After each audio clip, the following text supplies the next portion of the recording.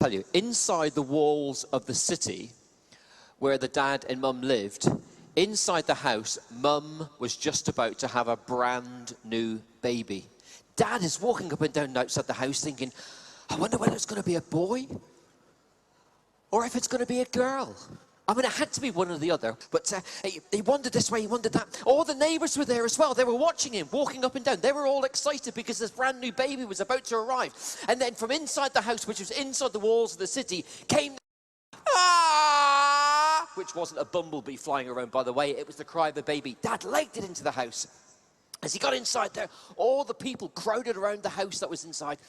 They waited for a little while, and then after a little while, Dad came out, and he jumped up into the air and he went, Fan-dabby-dozy, which all the parents would know is Hebrew for wonderful. They were so excited. And they turned around to him and they said, what have you got? Is it a baby boy or is it a baby girl?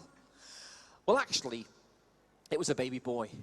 Of course, the next question they wanted to ask was, well, what are you going to call him? Actually, boys and girls, they called him a boy's name beginning with B. Now, you could try and guess a boy's name beginning with B. I mean, it wouldn't be Beryl, because Beryl's a girl's name. It wouldn't be Bobby. Actually, what I'm going to do, I'm going to paint his name along Bartimaeus with my special magic letters. So the first word was a letter was a B. Then there was an A. Then there was an R. Then there was a T. Bart. No, it wasn't Bart Simpson, because it was a longer one than that. So you got a B, an A, an R, a T, an I.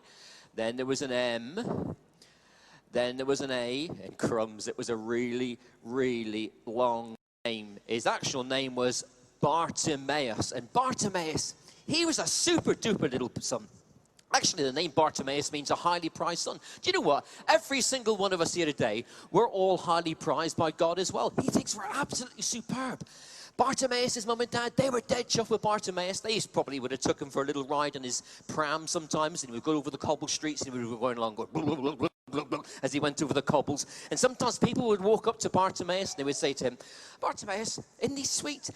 And the parents would walk up, and they would go, oh, look, a little baby. Oh, look, gitchy, gitchy, gitchy, gitchy. And Bartimaeus would lie there, and he would go back to them, because boys and girls, babies make all sorts of funny sounds from all sorts of funny areas. Well, Bartimaeus, mum and dad noticed that Bartimaeus had something wrong with him.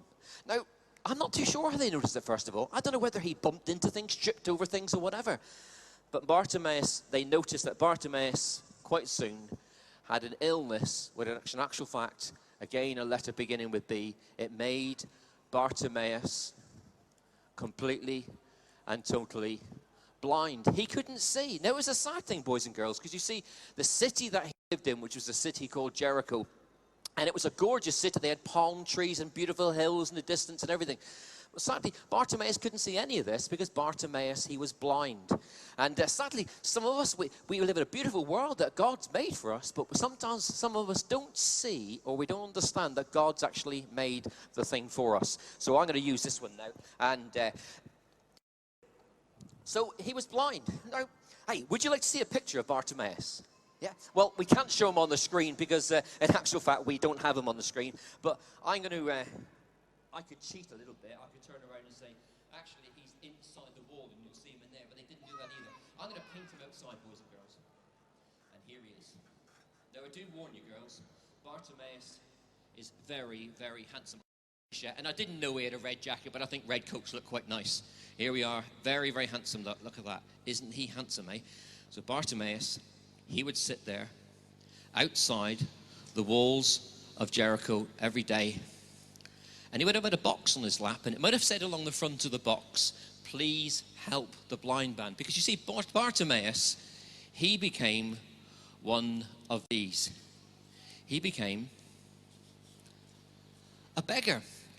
A beggar was a person, simply was a person who was asking people for food and for money. And he would sort of say to the people, please put some money in the box. Now, the reason Bartimaeus sat there every day outside of the walls of the city of Jericho was because it was a really, really good place to sit. Because you see, every day, boys and girls, lots and lots and lots of people would actually be going in and out of the city. We'll paint some heads on these because they look like coloured lollipop sticks, don't they?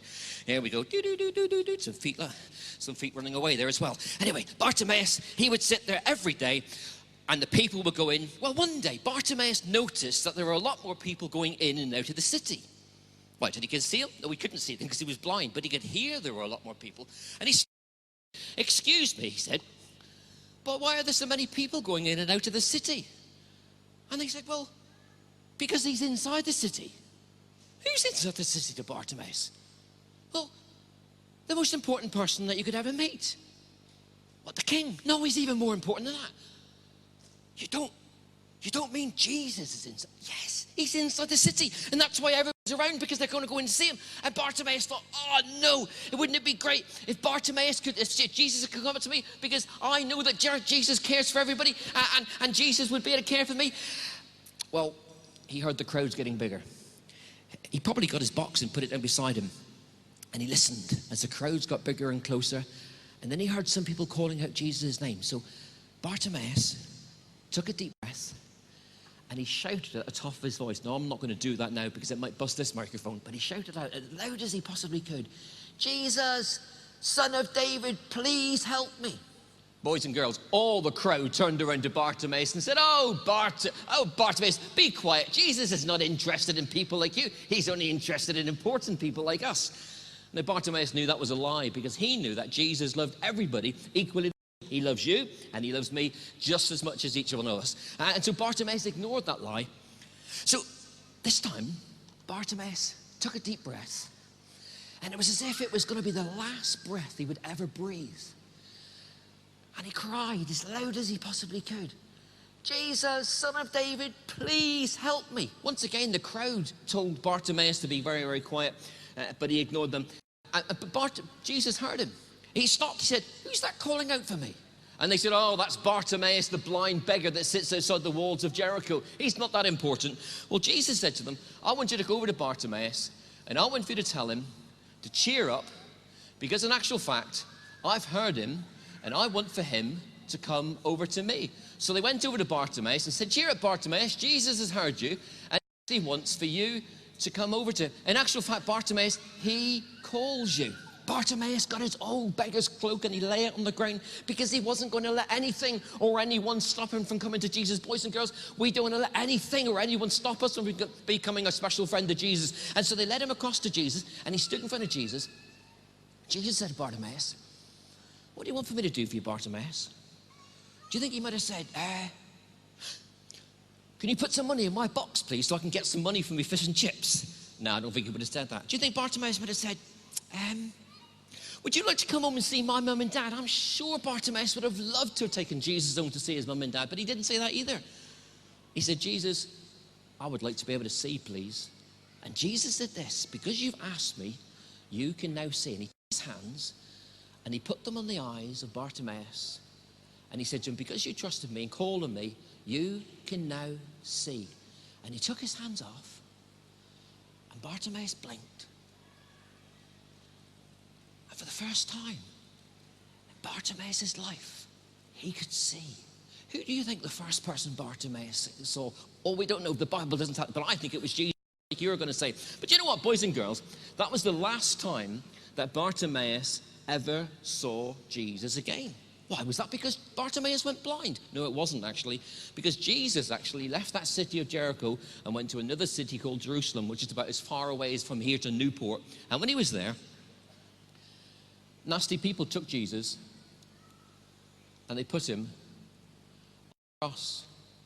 But Jesus, in actual fact, wasn't dying on the cross for anything that he'd done wrong. He was dying on the cross for the things that we've all done wrong. Jesus was being punished for the wrong things that Bartimaeus had done. He was being punished for the wrong things that we've done. Do you know what, boys and girls? For 24 years, I was blind. No, sorry, I've never had any problems with these eyes. No, for 24 years, I didn't see, or I didn't understand that Jesus actually died on the cross for me, for Pete Hodge. And Jesus died on the cross for each one of us. And I didn't see or understand that just as he calls Bartimaeus to come to put his trust in him, so he calls me, and so he calls you as well. In actual fact, everything changed when Bartimaeus did this. Everything changed when I did this. Everything could change if you did this today. because what he did was he believed in Jesus. He put his trust in him. And do you know what, boys and girls, today, the biggest event that could ever happen to each one of our lives is that day when we put our faith and our trust in Jesus, ask him to become our special friend. And, well, actually, that was the biggest day that happened to me. The most important thing was when I asked Jesus to become my special friend. Do you know what? Even you could ask Jesus to become your special friend, and it would become the biggest event in your lives as well.